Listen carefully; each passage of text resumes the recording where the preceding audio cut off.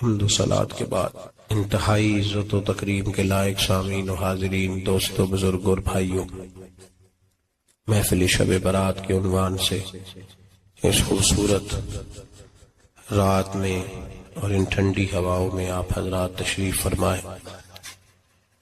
نبی پاک صلی اللہ علیہ وسلم نے ارشاد فرمایا، جب شعبان کی 15ویں رات آئے تو رات کو بیدار رہا کرو اور صبح کو روزہ رکھا کرو۔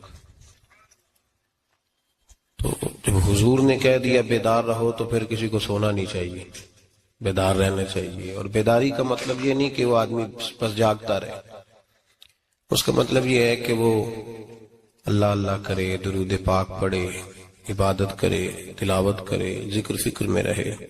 کچھ باتیں اس مقصد کے لیے کہ اس رات اللہ پاک نے اپنی رحمت کے دروازے کھولے ہیں، تو کچھ ایسی بات کی جائے جس سے دل نرم ہو جائے۔ دوستو، قرآن مجید کی 2 آیات میں نے پڑھی ہیں۔ اللہ کریم نے فرمایا، یا ایھا الذین آمنوا اتقوا اللہ حق تقاتہ، اے ایمان والو اللہ سے ڈرو اور اتنا ڈرو جتنا ڈرنے کا حق ہے۔ ڈرو اللہ پاک سے، اور جس طرح تم کسی سے ڈرتے ہو، ڈرنے کا حق ہوتا ہے، وہ حق ادا کرنے کی کوشش کرو۔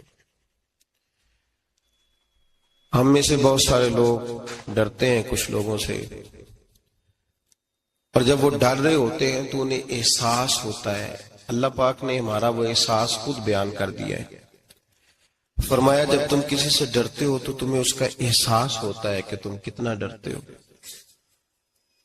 تو پھر تم کوشش کرتے ہو کہ تم وہ کام نہ کرو جس سے وہ بگڑ جائے گا، ناراض ہو جائے گا۔ جو لوگ قانون سے ڈرتے ہیں وہ اشارہ نہیں توڑتے، کچھ بھی ہو جائے اشارہ نہیں توڑتے۔ انہیں پتہ ہے کہ یہاں اشارہ توڑیں گے تو الجھ جائیں گے، اور جہاں انہیں فکر نہ ہو کہ کوئی پوچھنے والا نہیں، وہاں ہم نے دیکھا ہے کہ لوگ اشارہ توڑ دیتے ہیں۔ اللہ تبارک و تعالیٰ نے موقع دیا، میں حرمین شریفین حاضر ہوا تو وہاں ایک روڈ دائری روڈ کہلاتا ہے۔